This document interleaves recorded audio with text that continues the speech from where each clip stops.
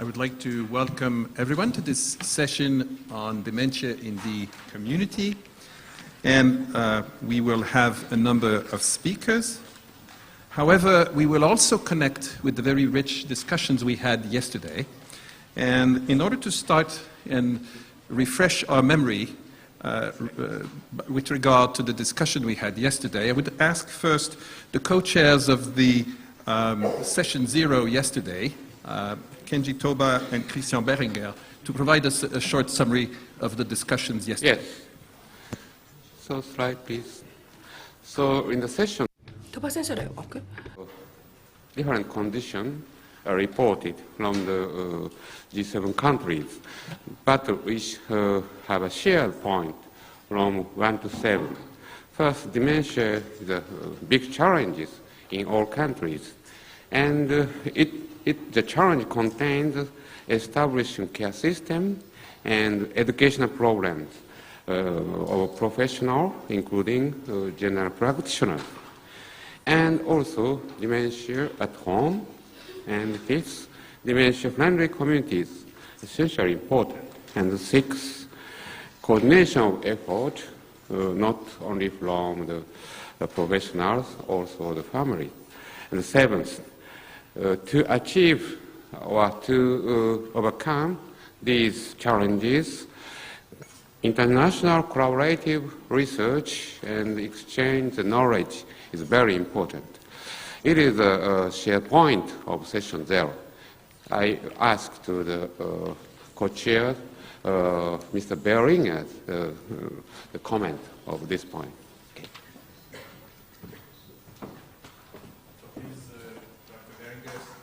Please, Dr. Beringer, some comments as a co-chair of this session. Thank you.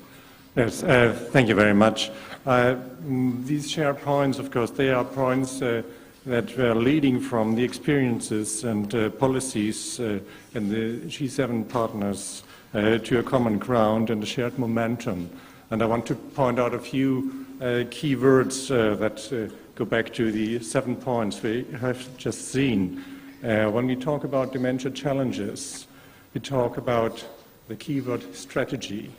So there's a demographic change going on, and towards demographic change, all the countries are striving to enhance the ability of societies to cope with the tasks of care and cure and to tackle dementia. And when we talk about, we can't see it again, establishing a care system, the key word, I think, which was talked about yesterday was coherence. So different levels and professions have to work together, and different points of action are to be seen together. Prevention, rehabilitation, home care, care homes, all belong to one system of a care established system. And if it comes to the education, the third point, education of professionals, it is about knowledge, and it's knowledge creating and knowledge sharing from professionals to non-professionals and between professionals we talked about. And this, of course, means information and also fighting stigmatization. And the fourth point was dementia at home, and this means individuality and accessibility in the sense that we have families which need to have access to different and individually adopted forms of help by persons, by institutions, and by structures. So we have to combine case management and care management at that point. And this leads to the fifth point. Kenji talked about dementia-friendly communities, and there the key word would be inclusion, which means care is not only in the family and not only in care institution, but care is within the society and within the neighborhood. So we talk about everyday life and inclusion in everyday life. And if it comes to the sixth point, coordination of efforts, it's about programming and agenda planning, which happens in all the G7 countries to some extent. And it's national pathways we have seen and heard about, which have started from the ground with different qualifications in different institutions and different levels of action, and which are now brought together in national plans. dementia plans, agendas, different nominations we have heard about. And now we come to the 7 points, collab internationally. This is the global action, the momentum we are working at. I don't have to elaborate on that. And thank you again for listening to me. Thank you, Kenji Toba and Christian Beringer, for this summary of session 0. I will provide a very short summary of session 1 yesterday, again, because it's important to have the summary of what we discussed yesterday with Dr. Hasegawa. So I will first provide a little bit of...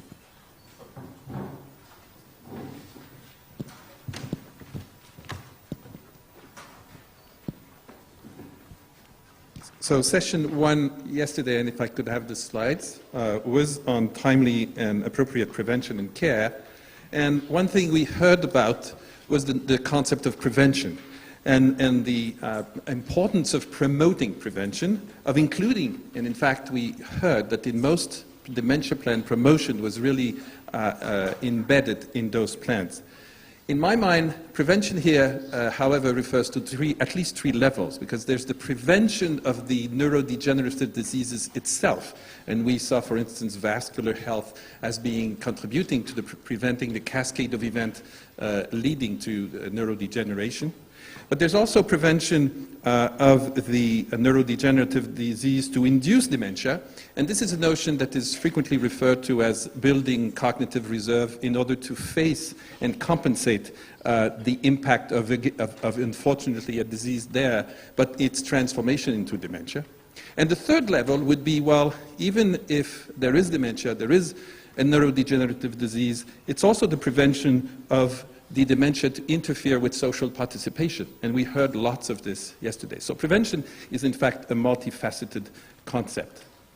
And it reminded me, Dr. Saxena from WHO, of the CFI and handicap model, where, in fact, we have these three levels already embedded in a framework, and that we could have probably a better conceptual approach to the whole challenge if we would, inspired from work that goes back to the 1980s, balancing between addressing the disease and addressing the social participation, for instance.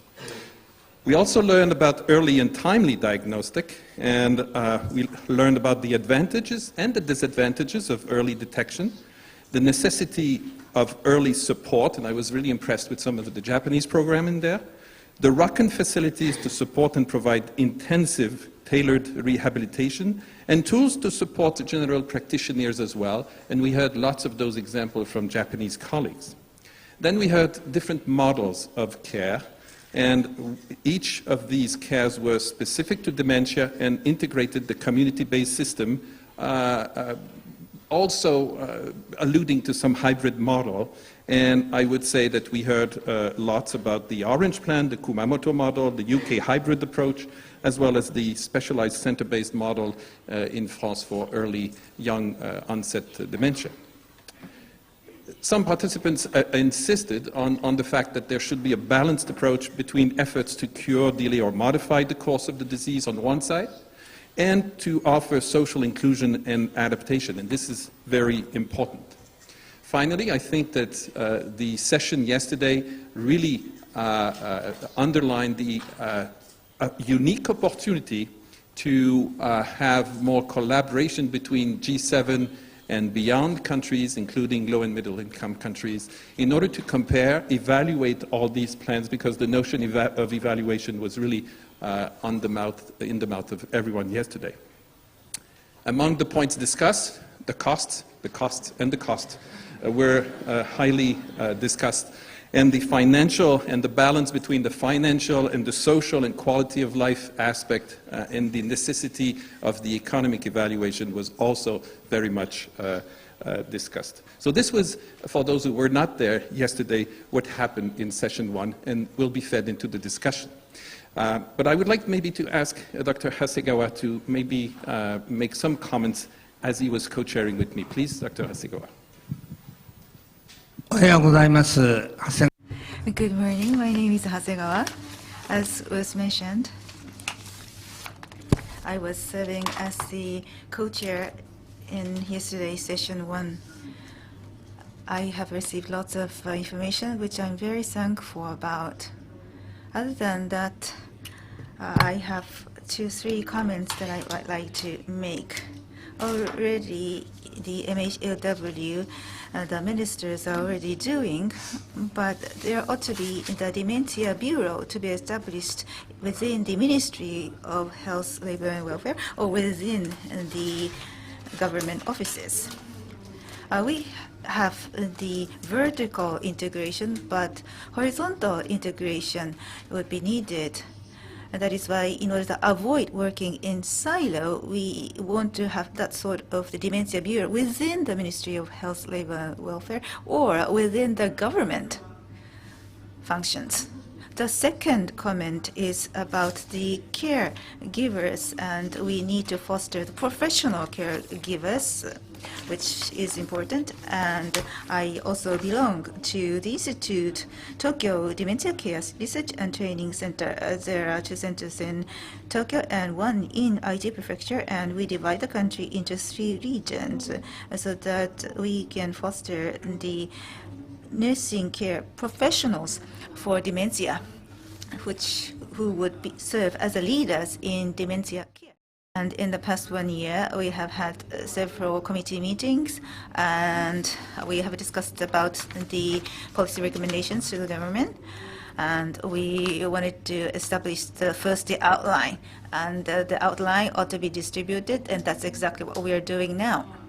That's sort of the attempt. Will not be only limited to local actions and local efforts, and we also honor the differences in regions within the country, but we want to have the basics, the fundamentals. So that was why we wanted to establish the committee to discuss, to make the policy recommendations to the government. It will not be only in Japan, but can be already done by other countries as well, which is a wonderful effort. The third comment I'd like to make is the creating the dementia-friendly society and the community, and that would be the ultimate goal. There are many city planning, towns planning, and the villages planning. We can tap the existing local resources. That is why we first began with local mapping. Where are the GPs who can look for the dementia, and where are their care houses where the people with dementia and the families turn to? So that's sort of the mapping we began to create. We had the great East Japan earthquake and tsunami, and that was a huge tsunami engulfed the coastal regions. I do not remember the exact number, but in town, 2,700 people living in the village. However, the tsunami engulfed the village, and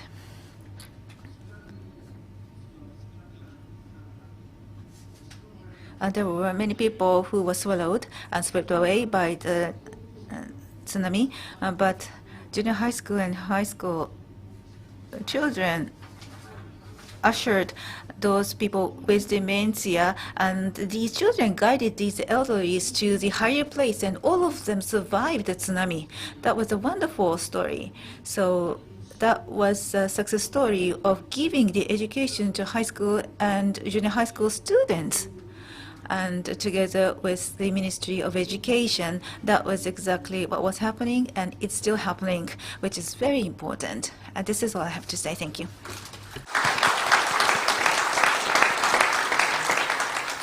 Thank you so much, Dr. Hasegawa.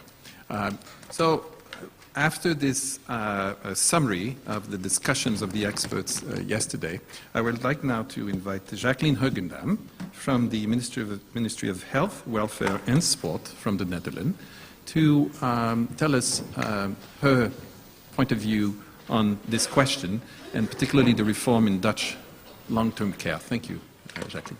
Yes, thank you very much. I'd first like to say I feel very honored that the organization asked me to present the reform in Dutch long-term care and the positive effect it will have on dementia care. I'll tell you about how to create a sustainable long-term care system without decreasing care and at the same time increasing quality of care and quality of life for patients, including those suffering from dementia, and to increase social involvement of all residents. For the past decade, we were confronted with a seemingly uncontrollable increase in cost of long-term care, an unsustainable system in the future with increasing numbers of elderly people and decreasing numbers of working people, which is not unfamiliar to other countries, for instance Japan, as we heard yesterday. And dementia is one of the most expensive illnesses in long-term care, so we had to do something. So after our first dementia plan, which started in 2004, in 2008 the Minister of Health introduced a second national dementia plan, which was focusing on cooperation between all professionals in dementia care and providing coordinated care from the first symptoms of dementia until disease. And this includes early recognition by professionals and a focus on GPs who have to be attentive to the possibility of a patient having dementia. We also included a biannual measurement of the network's performances, and we aim to improve the guidance and support for the patient and its relatives. By 2011, in almost all of the Netherlands, coordinated dementia care was available, and all networks offered case management, which started from the first symptoms of dementia or from the diagnosis. This depended on the network. By 2013, this coordinated care proved to be cost-effective and to improve both quality of care and patient satisfaction. And in the same year, all professionals involved in dementia care, so from nurses, doctors, medical specialists, social workers, etc., agreed on a dementia care standard, which is a description of all the necessary care from the first symptoms of dementia till the decease of the patient. Now, this coordinated dementia care was used as an example for reform in the entire long-term care in the Netherlands. Up to now, we have a big Exceptional Medical Expenses Act, which is publicly funded, and a small part of a Welfare Act for municipalities, and CURE is embedded in private health insurance. The reform consists of three parts. First, we introduce more tasks for municipalities regarding those living in their own homes who need care. For instance, support for the patient and the informal carer combined with day care and respite care. And we also introduced the activities of newly established social teams in the neighborhood who have to work together with community nurses who will have extended tasks, and all will be organized close to home according to patients' needs and wishes, and it has a public funding. Second, home nursing, which is now part of the Exceptional Medical Expenses Act, including case management, will become part of private health insurance. And third, for those who have a lifelong dependency on care in nursing homes, we'll have a new Long-Term Care Act, and this act will also introduce a more important role for informal carers while their relatives are in a nursing home. But as an extra, we will give a legal foundation for providing nursing home care in your own home if you wish to. So you can move the nursing home to your own home and stay there, provided your social network is up to it to be active in that kind of care. All these reform acts will become effective from January the 1st, 2015, and the preparations and actions in advance of the introduction are promising. Well, people with dementia will profit from this reform even more, although it was an example for the reform, and now the reform will help dementia care. First, important tasks of the care provided by the regional networks for coordinated dementia care will have a legal foundation, because for the past years they sometimes have been struggling to offer the coordinated care, which was not according to the rules we had. And perhaps in future we'll even have integrated payment for care, so not the three systems, but one amount per patient per year. Second, there will be more attention to social involvement of all residents, resulting and contributing to a dementia-friendly society, and helping the patient with dementia to remain a full member of society. In the third place, we'll accept less burden for the informal carer, as there will be more help from neighbours and volunteers, but also professional support provided by the municipalities. Fourth, we expect more involvement of municipalities for leading to more tailor-made care, more patient satisfaction and better quality of life. And last but not least, the reform will be leading to more coordinated care besides dementia care, which will be very important for people with dementia as well. As you know, most people with dementia have other diseases as well. So the expected results from the entire reform of long-term care will be a sustainable long-term care system, an increase of quality of care through more coordinated care, care organized closer to home, more involvement of informal carers and volunteers both at home and in nursing homes, and more tailor-made solutions for the patient. And last but not least, an increase of quality of life for all people dependent on long-term care, especially those with dementia and their relatives. And thank you very much.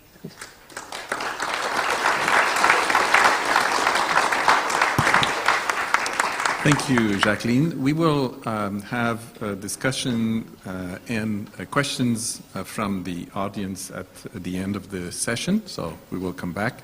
And thanks, Jacqueline, for the perspective of the ministry, the policymakers. I would like now to invite Jeremy Hughes from the Alzheimer's Society UK to provide the perspective of the users, those living with Alzheimer's disease and the caregivers in this question. Thank you. Thank you, and thank you for the opportunity to address this very important summit that the Japanese government have taken the initiative on bringing about. It is a very key moment for global action on dementia.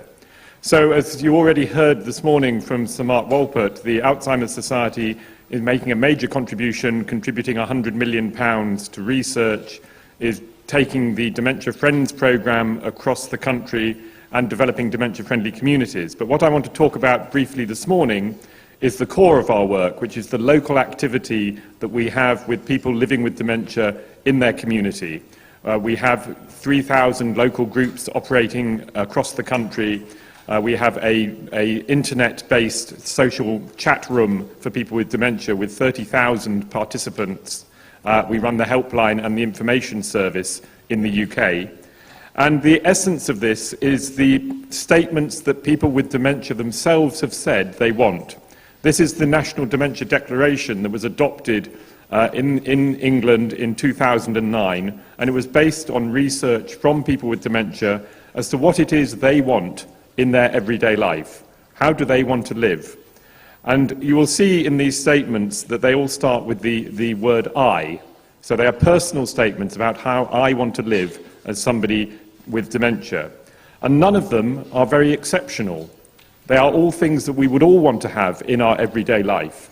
And so our starting point is saying that the support for people with dementia and for their family caregivers is to enable them to participate in society and to live as well as possible with dementia through the journey of their disease.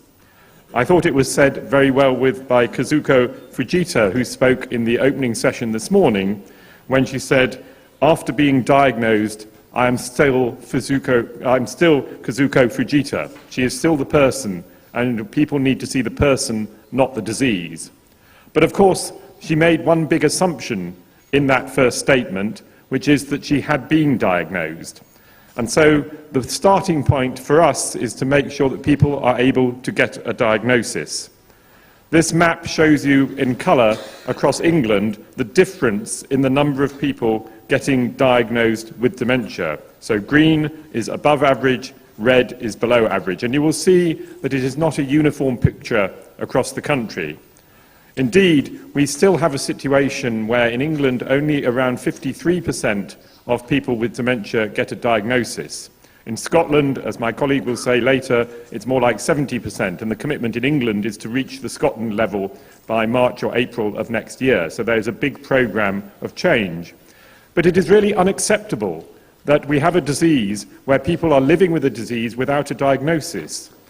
In the UK, I suspect in Japan, in other countries, if cancer was the disease you had and you died from a cancer tumour before it was diagnosed, people would say that is unacceptable. But we have accepted the fact that you can live with dementia and die with dementia before anyone is diagnosed. That needs to change.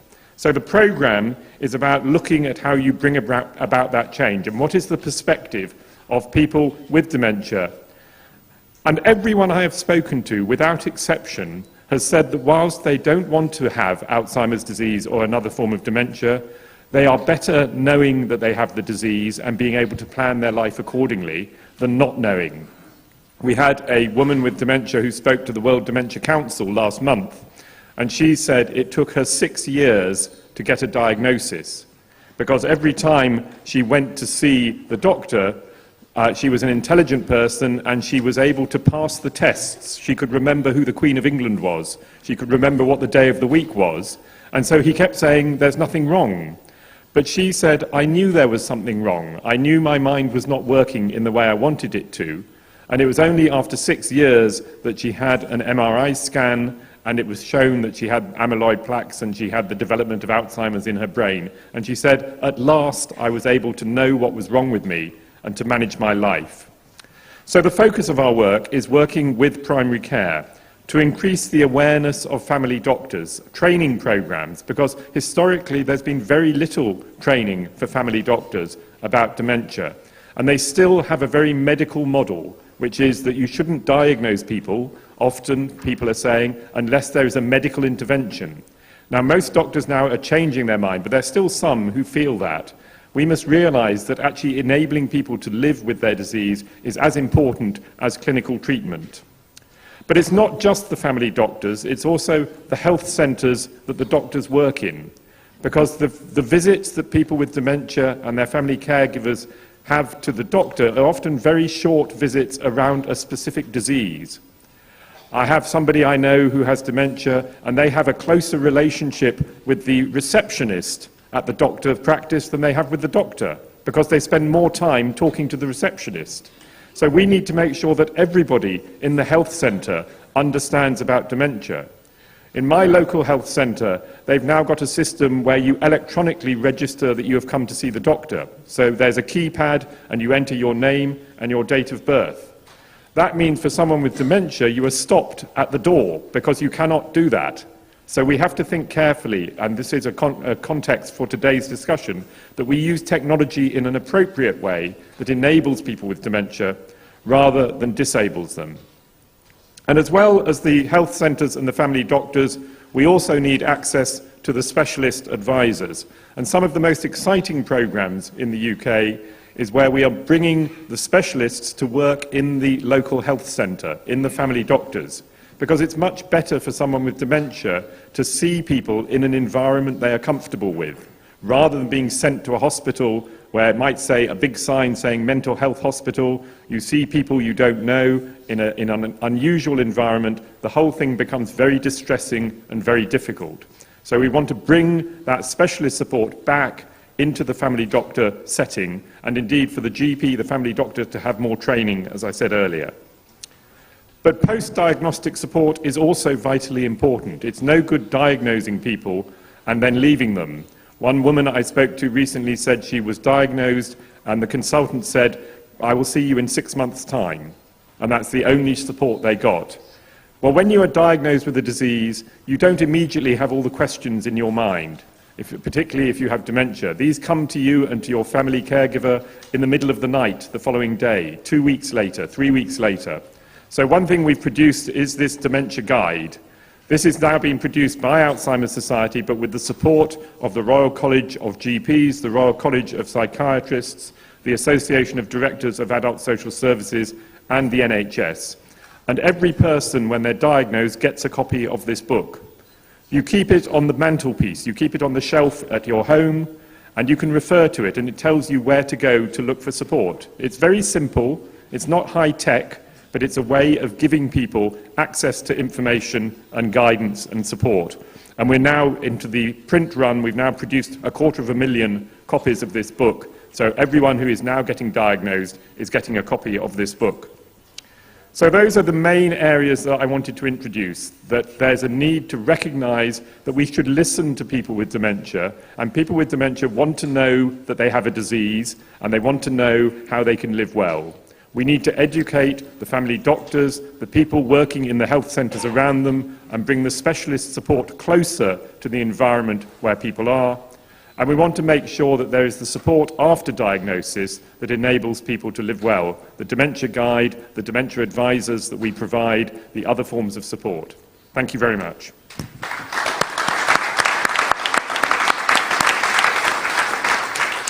Thank you so much, Jeremy. And I think it certainly addresses, after the long-term care first speaker, some of the responsibilities and actions to be taken vis-à-vis early identification and support.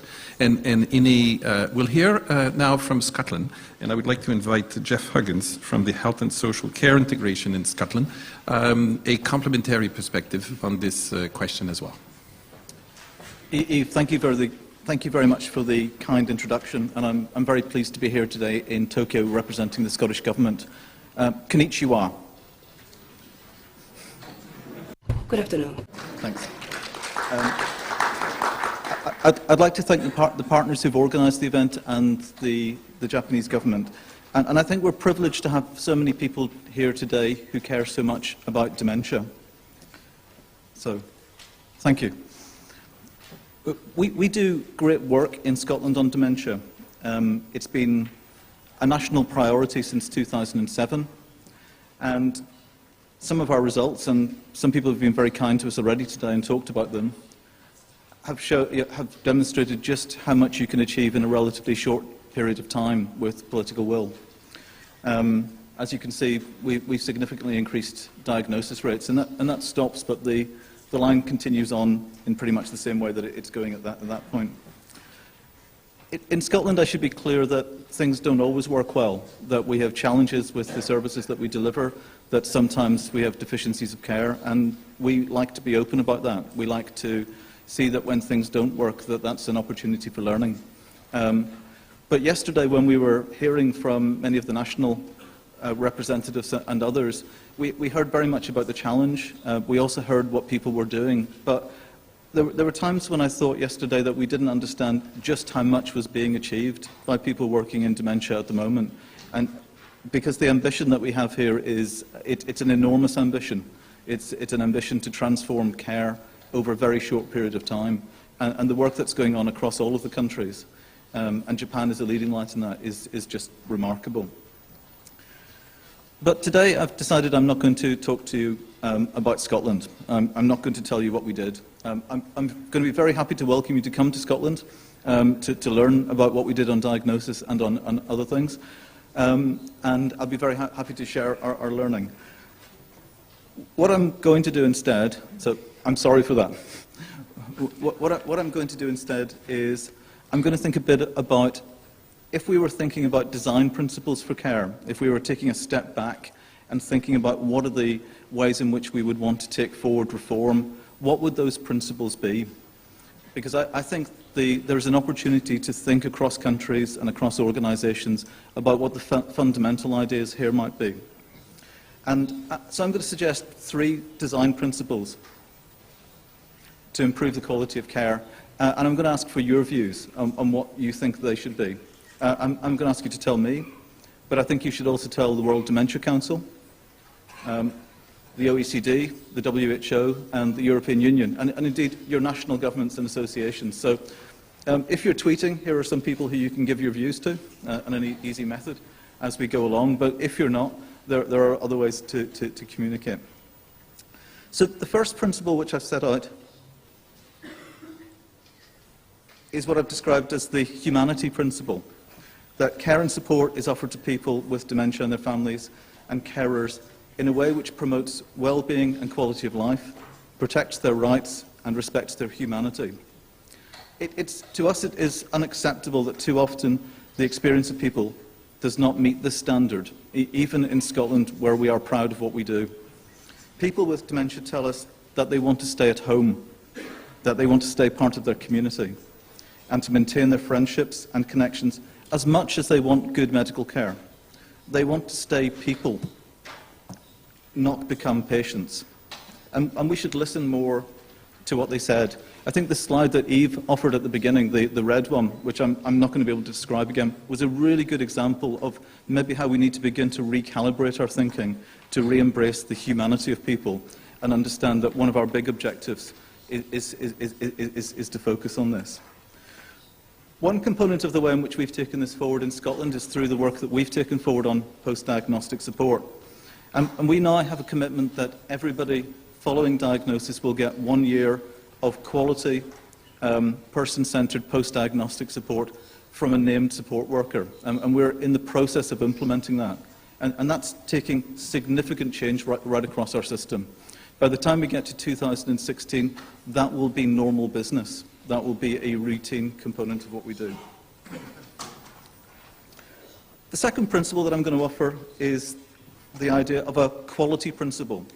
The idea that care and support must be truly person-centred and should understand care and support from the perspective of people living with dementia, not the perspective of service managers or clinicians. But all of our work in Scotland begins from the perspective of people living with dementia and the people who care for them. They keep us honest about the success and challenge us when we need to improve. They tell us how it really is for their day-to-day experience. We, in Scotland, fully endorse the principle of nothing about us without us. And that's where quite often we find that the best ideas come from and the best innovation. And I feel very privileged to speak on the same day here today as Kazuku Fujita, the co-chair of the Japanese Dementia Working Group, and hope that her working group will also work with the Scottish Dementia Working Group, with which I know that they've had contact. Groups like this hold us to our commitments on compassion, dignity, understanding the person, supporting capability, self-direction, engaging and valuing. And every country should have a dementia working group like them. The third and final principle is an effectiveness principle. And a lot of the discussion we had yesterday was around challenges to do with integration, a move from health services to health and social care services, reflecting chronicity and complexity.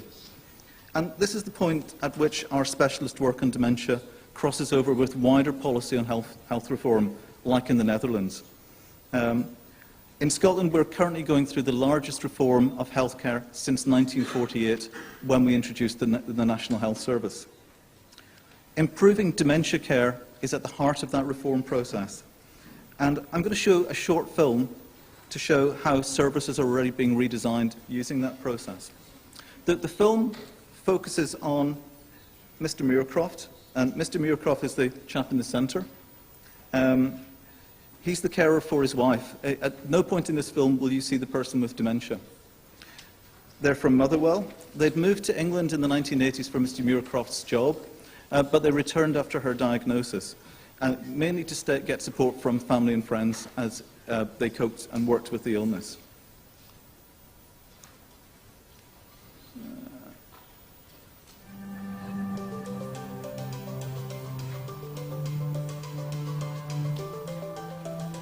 Julie was diagnosed in 2009, but she had this illness for 2 years beforehand, I think, and I ignored it because I was just stupid.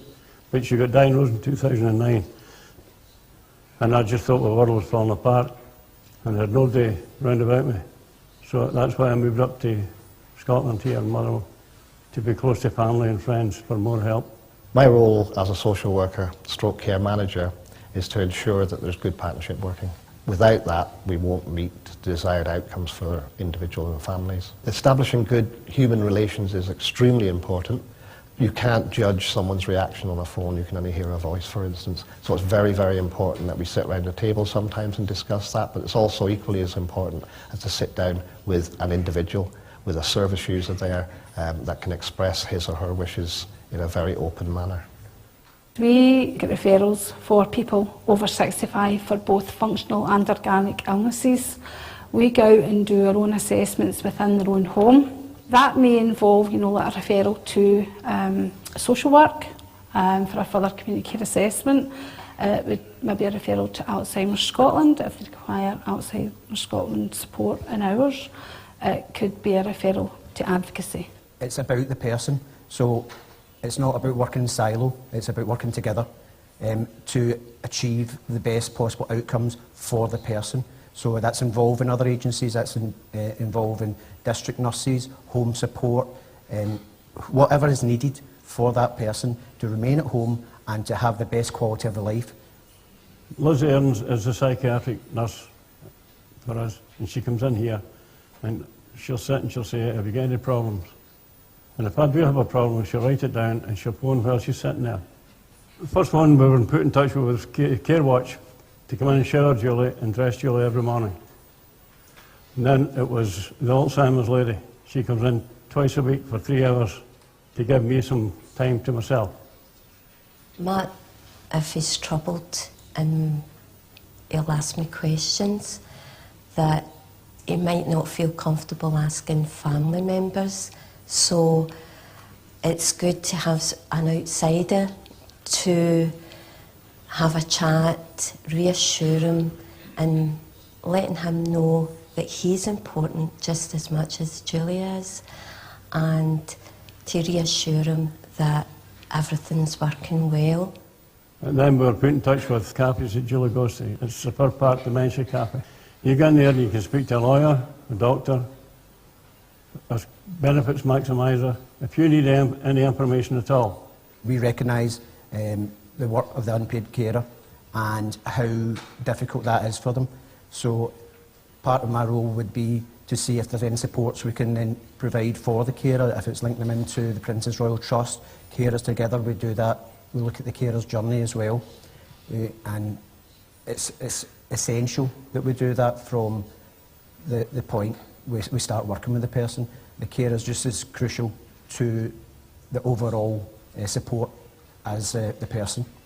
Partnership works well within my job as a carer, as we can speak to expert sources such as the dental nurse. She can tell us the correct way in order to look after service users' teeth, and as a carer we can bring it back into doing personal care, so as we know we're giving the service user the correct care and attention that they deserve.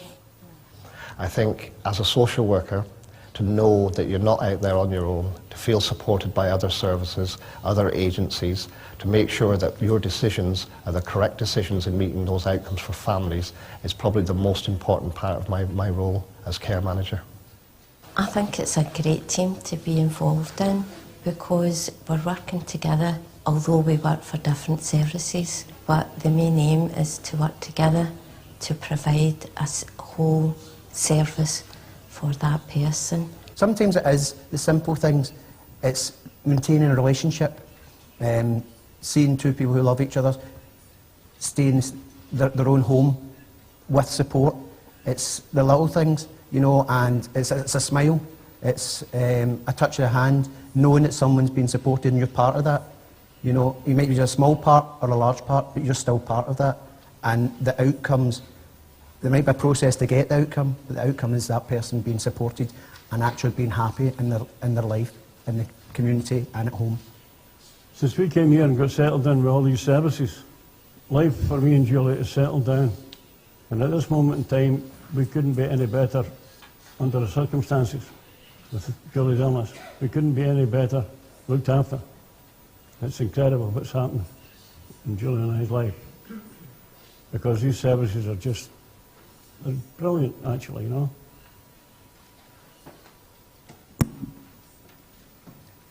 When we met the Muircrofts, I was really quite surprised that Julie Muircroft wasn't actually in a residential setting. But the team that had been built around Mr. Muircroft to enable him to care for his wife have enabled them to stay in their own home and to live lives as part of the community, which was his objective. We need to, I think, recognise this more in how we think about care for dementia. There's an equal need to support people caring for people with dementia as there is in supporting people living with dementia. Indeed, that could be a fourth design principle. But just as importantly, the film shows that dementia is not about numbers or costs or projections into the future. It's probably not even about strategies or policies or programs. It's about person-to-person care. Ultimately, the work that we do in dementia comes down to personal relationships, and anything that we do needs to be tested against our ability to maintain those. So, what do you think? What should the principles for care be? How might we develop a process collaboratively to develop consensus on what really matters? How can we make things happen faster to deliver the improvements in quality care that we're all ambitious to deliver? These were the 3 principles of which I offered. I'm really just trying to get the conversation started here, but to truly try and boil it down to the things that we have to do really well, and if we have to share knowledge on and work together on. Tell me what you think, but also tell the WHO, OECD, EU, tell your friends, have discussions, argue about it, fall out, but let's reach consensus and let's take this forward. Thank you.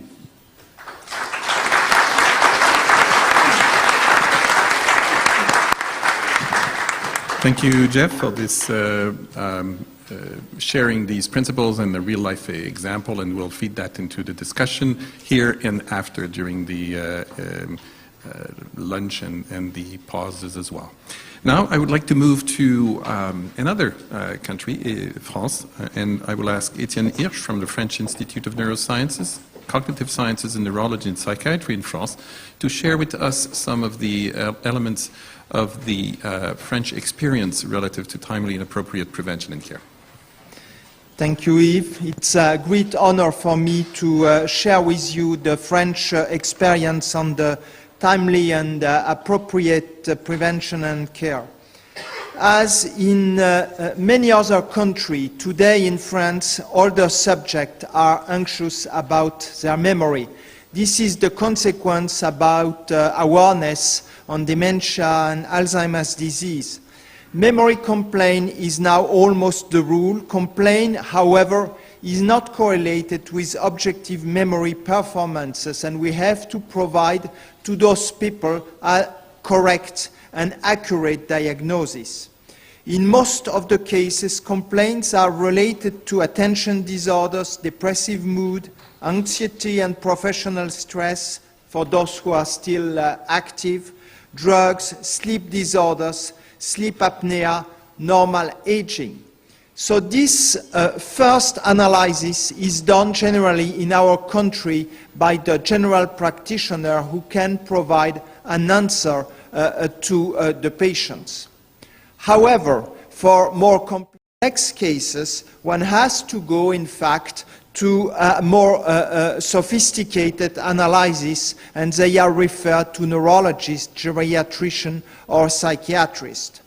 But often the family and the people who are taking care of the patients are refusing to obtain a diagnosis. And there are 4 arguments put forward against an early diagnosis for Alzheimer's disease and dementia.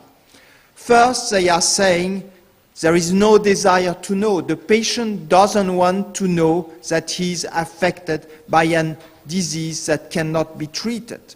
2, there is no certainty about the diagnosis. We are still lacking good tools to provide a definite diagnosis. 3, nothing can be done for the patients. And 4, there is a risk of catastrophic reactions.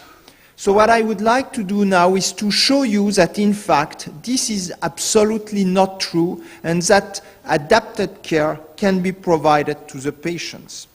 There is no desire to know. In fact, a survey shows that in France, as in other countries, 97% of the people want to know themselves if they are suffering from dementia. So this is not true. The people really want to know if they are affected. Of course, there are 3% of the people who don't want to know, and you don't have to give the diagnosis to those people. 2, there is no certainty of the diagnosis, and early diagnosis is very difficult. Again, we have now better tools. Of course, Alzheimer's disease is a memory disorder, but we have memory disorders which are due to other causes: vascular lesion, frontotemporal dementia, confusion, MCI, subcortical dementia, drugs, depression, sleep disorders, normal aging. All this can be, or at least Alzheimer's disease, can be discriminated from the other form of dementia by specific memory tasks. And for instance, Bruno Dubois, who helped me in preparing this presentation, developed an algorithm to identify Alzheimer's disease, which is a storage deficit, whereas other conditions are rather retrieval deficit. And by queuing, in fact, you can discriminate, because in Alzheimer's disease there is no total recall, while in the other forms there is a rather normalized answer. Furthermore, when you combine the specific neuropsychological testing with MRI, you can exclude other causes, vascular tumor, hydrocephalus, etc. And MRI shows a precocious atrophy of the hippocampus. So this needs, in fact, specialized centers, memory centers that we have developed in our country to provide an accurate diagnosis. And the fact that the diagnosis is more difficult at early stages is less true these days. Finally, there is nothing to do. Current available non-pharmacological treatment, in fact, can help the patients. Of course, we have no drug to slow down the pathological process, but we can improve the symptoms. Cognitive stimulation is effective on cognition as a symptomatic drug. Cognitive rehabilitation can help. Behavioral therapy applied by informal carers as co-therapists. Support group for informal carers improves quality of life. Physical activity improves the life of the patient. Multi-component caregiver intervention. And despite we are using art and musical therapy, there is in fact less scientific evidence that it really improves the quality of life of the patients.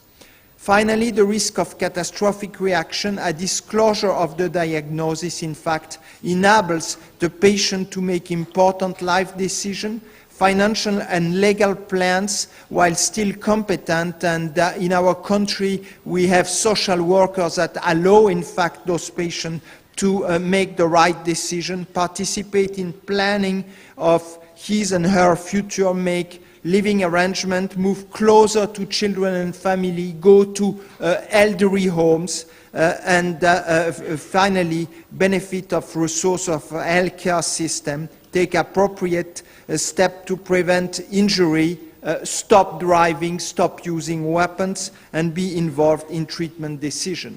So all this is in fact developed in a three-level organization. Level 1 with the GP, I already mentioned that. The level 2 are the memory clinic or the specialist. This allows the patient to stay at home with appropriate care. And finally, level 3 are the regional expert center. These are the highly specialized centers that are involved in clinical research and clinical trials. So thanks to the Alzheimer plan in our country, we have in each region these very specialized centers. We are covering the whole country with specialized neurologists and in fact specialized neurologists for dementia and memory problems, and of course the GPs are covering the whole countries. So in summary, this has been conceptualized through the second Alzheimer plan, 2008-2012, and on October 18 we will launch now the new plan which will follow the Alzheimer plan, which is a plan on all neurodegenerative disorders.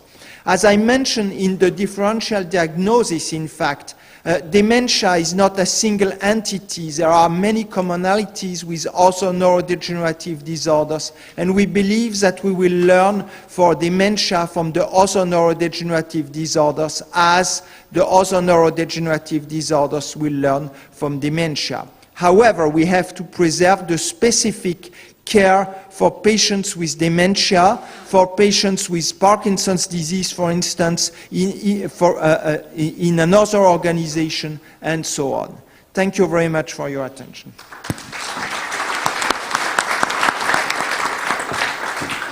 Thank you, Etienne, for sharing this France experience. And before engaging into some time for discussion, I would like to invite now Jeff Huber, who will provide the perspective of a US-based international service provider, Home Instead. So, Jeff. Thank you. Ladies and gentlemen, in a few short years, there will be 1 billion people over the age of 60 worldwide. The age pyramid, where the oldest population is the smallest at the top of the pyramid and the youngest at the base, will literally become inverted. This has never happened in the history of the planet. This historic and unprecedented demographic shift, combined with a surge of Alzheimer's disease and other dementias, combined with a surge in chronic conditions, combined with a diminishing supply of healthcare workers, combined with the shrinking financial resources and increased demands, presents what I argue is the greatest social challenge in the history of the planet, and certainly the greatest in our lifetime. Healthcare systems, governments, society itself is completely unprepared for this phenomenon, a shift that is transforming markets, workplaces, and communities. Traditional models of caring for our aging loved ones are simply unsustainable. That's why the theme of this summit, New Care and Dementia Models, is exactly the right focus. Because in the face of this historic challenge, it will take new and innovative care models. It will take political will for major structural reforms. It will take increased collaboration between governments, NGOs, and the private sector. And it will take new and innovative business models to play an important role in how we age differently and better, and therefore create new opportunities for economic growth. I'm pleased to be here as a member of the Global Coalition on Aging, which is the global business voice on aging, policy, and strategy, and I'm also pleased to be here as the president of Home Instead Senior Care. Home Instead Senior Care fills a critical need with an innovative and effective new care model, which is both scalable and sustainable. Working with the Global Coalition and our other corporate members from across the globe, Home Instead is expanding the world's capacity to care, and we are striving to change the face of aging. Home Instead was founded in 1994 by Lori and Paul Hogan and inspired by their own personal caregiving experience with Paul's grandmother, Eleanor Manhart. At age 88, doctors gave Grandma Manhart only months to live. But the family's commitment to keep her at home restored her will to live, and in fact, she lived comfortably in her own home for an additional 11 years. Today, we have franchise operations in 17 countries and have grown to 640 franchises in the United States and Canada, and nearly 400 outside of North America, totaling more than 1,020 franchises worldwide. Today, this very day, more than 65,000 highly skilled, professionally trained Home Instead caregivers will provide excellent quality of care to 65,000 clients in their own homes on 4 continents. Last year alone, we provided more than 50 million hours of care to our clients, and approximately 60% of our clients have Alzheimer's or some other form of dementia. I'm also proud to note that the Duskin Companies, who is represented here at the Legacy event, was our first franchise partner outside of the United States. They opened their first office in Osaka in 2000, and today they have more than 100 offices throughout Japan. At the center of what we do, we promote active and healthy living, and we aim to extend life with highest quality. These are our care objectives, which we achieve in 3 main ways. First, through person-centered and relationship-based care. Home is more than a place. It is someone's identity. That's why 90% of seniors want to live in their home as they age. We help them to achieve this intense desire to age in the comfort and security of their home by focusing on relationships, not tasks. We focus on who our clients are as unique and special individuals. We honor their humanity and who they are as people, which allows us to create personalized and individualized care solutions. by focusing on the person and creating a relationship with that person allows us to care for them much more effectively. This relationship-first approach makes performing tasks, often sometimes very intimate and personal tasks, such as giving a person a bath, much easier and more effective. Second, we have a specific emphasis on Alzheimer's and other dementias. We created a cutting-edge, research-based Alzheimer's training program for our professional caregivers. We have a dedicated website, helpforalzheimersfamilies.com, which has helped more than 1 million visitors since we launched it in September of 2012. We published a book, Confidence to Care, which helps family caregivers dealing with the challenges of Alzheimer's disease. In less than a year since its publication, we have sold more than 20,000 copies and it's been published in 5 languages. We have an app, the Alzheimer's and Other Dementia Daily Companion, which helps caregivers in the heat of the moment on how to care for their loved one. Third, we provide free resources to the family caregiver. As you well know, Alzheimer's disease does not just affect the person with a diagnosis. Instead, it affects the entire family and can be all-consuming and devastating on the family caregiver's health, job, and personal life. Whether someone uses our services or not, we feel an obligation, a responsibility to help them care for their loved ones and to take care of themselves. For example, we offer the same training that we offer to our professional caregivers to families free of charge. Since September 2012, we have trained tens of thousands of family members in more than 5,000 in-person training workshops, and we have trained an additional 30,000 individuals online by way of a free online e-course. We have a free resource site, caregiverstress.com, which offers additional resources to families, helping them with having difficult conversations, managing the stress of caregiving, and protecting seniors from fraud. We are the exclusive partner for Seth Rogen's nonprofit organization, Hilarity for Charity, and our franchise owners have donated more than $1 million in free care grants to families coping with emotional burdens. All of this helps to alleviate the physical and emotional stress that family caregivers feel and replace it with peace of mind and time to focus on their work, personal health, and other family obligations. Here's a list of services that Home Instead provides. I want to focus on the Alzheimer's services. Particularly, I'd like to focus on managing difficult or challenging behaviors. This is where our person-centered, relationship-based approach is particularly effective. By understanding the individuality of the client and the history of that person at a very deep level, we're able to redirect and manage difficult behaviors much more effectively. The Home Instead Network is committed to advancing quality care and the highest level of customer service. Our professional caregivers receive ongoing training to ensure that they have the most up-to-date techniques, which ensures quality. We assist with healthy behaviors that lead to active aging and, of course, staying physically active, eating well, practicing good wellness habits. We ensure that our clients are engaged and supported, while remaining safe in their home. We can help at any point along the senior care continuum and enhance outcomes at each stage. We can help when seniors are fully active and independent by way of companionship and social interaction. We can help when primary caregivers are family members and need support to balance their lives. We can help with hospital stays and all points along the care continuum process. And we can offer support to seniors when they are in a care facility and in the final days with hospice support care. Our type of care is tailored to meet the needs across all stages, has incredible value, and leads to great outcomes.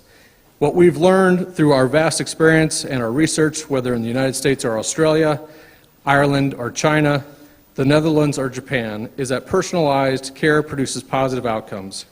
Here are some of the positive outcomes that we have measured. In recent research which we conducted in the United States, which is our largest market, which included those who have received professional non-medical care and those who have not, we found significant improvements for seniors and their families who had professional care, particularly those with Alzheimer's and other dementias. For example, for those with professional care, the amount of time that they had in care doubled. We did not replace the care that families provided, we supplemented it. Those who had professional care had 50% fewer doctor's visits. Those with professional care had fewer hospital admissions. And the quality of care was rated as good, if not better, than that provided by family members. The simple bottom line is this. People who receive professional in-home care receive more care, better quality care, with better outcomes. They utilize the healthcare system far less, creating huge savings, and they get to age exactly where they want to be, in the comfort, safety, and security of their own homes. Thank you for allowing me to share with you our unique home care model. I look forward to learning more from each of you and building new partnerships in Japan and globally to help care for as many seniors, particularly those with Alzheimer's disease. Thank you.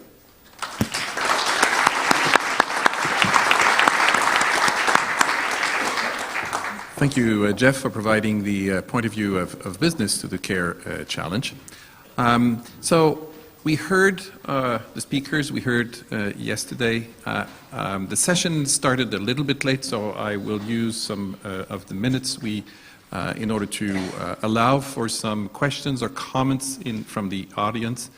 Please feel free to ask or comment in English or Japanese, because we do have the means to listen to your comments.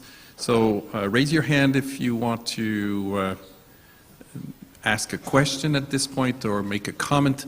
Dr. Hashinsky. Yves, in one of your slides you had costs. Could you kindly comment on that? Well, it costs a lot to comment, but I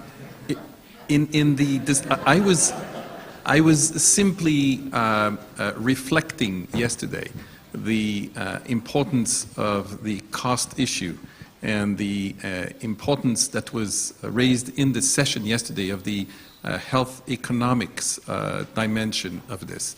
And this was a recurrent topic. Maybe some of our speakers want to comment on this. Jeremy. Can I just emphasize one aspect of cost which is important? So we know there is cost, and probably unsustainable cost, to national governments if we don't change the way we support people, but it's also the cost to the family.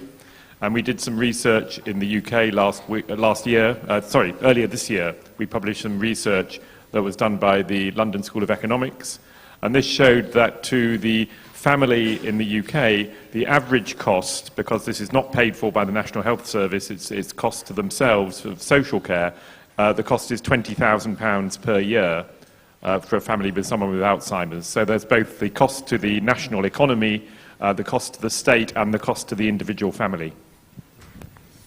Thank you. While you are thinking about any other comments, I would like to ask to some of our speakers, for instance, Jacqueline, how do you plan to evaluate? Because there's a lot of very important ideas and new ways and innovative ways, for instance, this long-term care. So how will you make sure that you have a valid evaluation of the impact of the program in the sense that you want it to be? Yeah, thank you, Yves. I can say we're planning to have a constant monitoring of all effects of the long-term reform, and this will be a constant measurement on monitoring, and annually we'll have evaluation of the effects. Any other speaker wants to comment on the importance of evaluating their program as they are either deployed or have been deployed? France, who has deployed for a number of years now? Yes, I think, Yves, you are raising a very, very important issue. When we are discussing pharmacological treatment, we have always the placebo arm, and it is very important for the non-pharmacological treatment to have a really scientific way of evaluating. And this is, for instance, one of the measures we want to implant in the new plan on neurodegenerative disorders in France. Interestingly enough, there was at the beginning of this year a study which was published in the Lancet Neurology for Parkinson's disease, evaluating in fact the care system as compared to the specific care system as compared to the normal care system, and unfortunately with very valid methodology there was little improvement with the specialized care system, so we have to be extremely careful. Jeff, you want to comment? I think it's really difficult to evaluate. If I was looking at a part of Scotland where we might be doing a particular group of interventions, the likelihood is there that we're going to be doing something like dementia cafes. We might be doing something on post-diagnostic support. We might also be doing something on care coordination. There'll be material which is coming in terms of work that we're doing around housing. And so it's very difficult to actually attribute the benefits to any particular intervention in that space. I think what's very important, though, through the process is that all the work that we do is done in the context of generating information about what outcomes we're achieving. And at the moment, we're still developing systems, I think, across most countries, which enable us to track change over time in terms of people's experience in living with dementia. So we might be looking at things like longitudinal studies, which can actually understand how things change as policy and interventions change. I think the other challenge that we also face is very few people with dementia only have dementia. The real wake-up call for us around integration of health and social care was, in Scotland we now have more people under 65 living with multiple chronic conditions than over 65. And so the discussion that we took into integration, which was resolving issues to do with old age care, is really a set of challenges which are for people from 40 upwards and needing to understand that, and that just makes any evaluation very difficult. And I'm sure you would agree that all of you, that the qualitative evaluation, that the narrative will be important and not only the objective ones. Jeremy. Exactly, Yves. I think that's absolutely right. And the program we have that Alzheimer's Society runs is that every single one of our 3,000 services over time is evaluated. And the starting point of that evaluation is what we call the Service User Review Panel, where we actually involve the people using the service to get their expression of what has changed in their quality of life and actually put some measurement on that. And the important thing is to recognise that we need to listen to the voices of all people with dementia and their family caregivers. It's easy to fall into the trap of only listening to the people with early stage dementia because it's easy for them to contribute at conferences, to speak out, but we have developed methodologies that allow us to actually listen to the voices of people at more advanced stages of Alzheimer's and dementia as well. Dr. Segawa?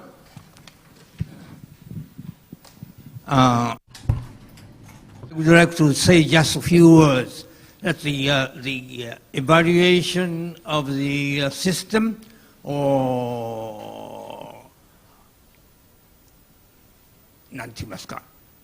So how shall I say, planning?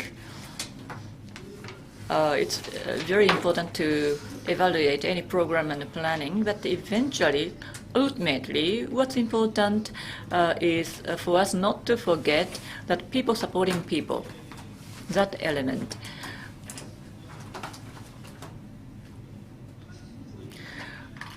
We are working on community building, and you see the bracelet that I'm wearing right now. The supporters for those communities, once they go through some training and lectures, learning basic things, and they become full-fledged supporters, they can be granted with this bracelet. And then there are 5 million such supporters who are out there right now. And following this movement, since last year, we have a so-called Orange Plan by the government started off. And this is to provide home care and professional care, professional experts visiting people living with dementia at their homes, which is excellent. But one consideration we need to take is that we are really super aging society, and we are number one in the way of the number of people living with dementia in this country. And given that,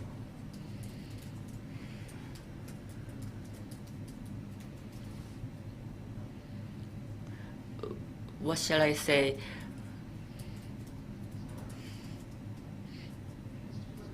Well, people supporting people.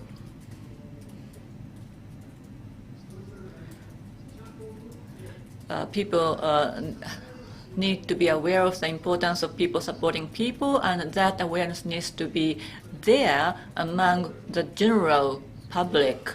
So the power of neighborhood, something I would like to claim. In a community, ordinary citizens supporting other ordinary citizens, that is very important, and unless that is achieved, the Orange Plan would be just another ideal and not the reality. So that's why awareness raising is very important. And this bracelet, orange ring and orange plan, this is the history of this plan. And another thing is in the countries in Southeast Asia, I think over there in those countries, the speed of aging is actually faster than that of here in Japan, meaning that they will see a lot more people living with dementia in the future. And I think these countries are looking into Japan because we are the top runner, and they are paying a lot of attention to our initiatives. And also TV reporters come from those countries to Japan to learn from us. So they are looking at us. And in this context, what is most important is that, of course, each country is different, but Japan needs to communicate appropriate information to those other countries. And in this, what's most important is peace. Peace needs to be there for communication. That's all. Thank you very much. We're running a little bit late, and I'll have just the last comment from the floor, and I see George Radenberg here with a comment. And maybe with the microphone. I was intrigued by the comment of Mr. Huber that in fact deeper, more personal and very effective professional care reduces use of the medical system, which implies that improvements, deep improvements in the quality of care can reduce the cost of the healthcare system overall. So I'd be curious as to whether or not there is available any suggestion at the national level, perhaps Jeff Huggins, whether or not the improvement in the quality of care that you're introducing into Scotland has demonstrated any reduction in the utilization of the healthcare system and the medical system, and thus the potential offset of the increased cost of providing quality care with reductions in the utilization of the healthcare system. A brief comment? I'll try and be quite brief. Probably two points to make. The first is our assessment is that unless we improve social care significantly, we will not be able to build hospitals fast enough to actually deal with the future care needs. So if our model is biased towards hospitals, we cannot sustain that over time. So better social care probably enables us to stand still in terms of the costs of medical care.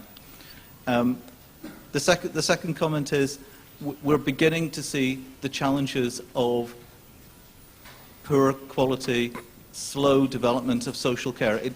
Across the UK, I think it's fair to say, it has not kept up with the growing demographic demand, and the consequence of that is now beginning to be felt really acutely in our hospitals. So it's now being presented across my jurisdiction, across the UK, as a problem in hospitals. But the main problem that we have at the moment is around the availability and the quality of social care.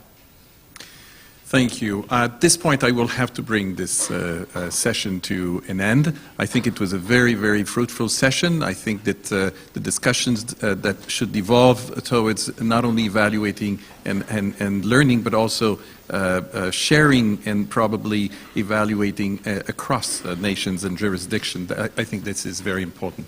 So on behalf of all the speakers and all of you, I would like to thank everyone. Thank you for being here, and thanks for the organizers for having allowed me to chair this session. Thank you so much.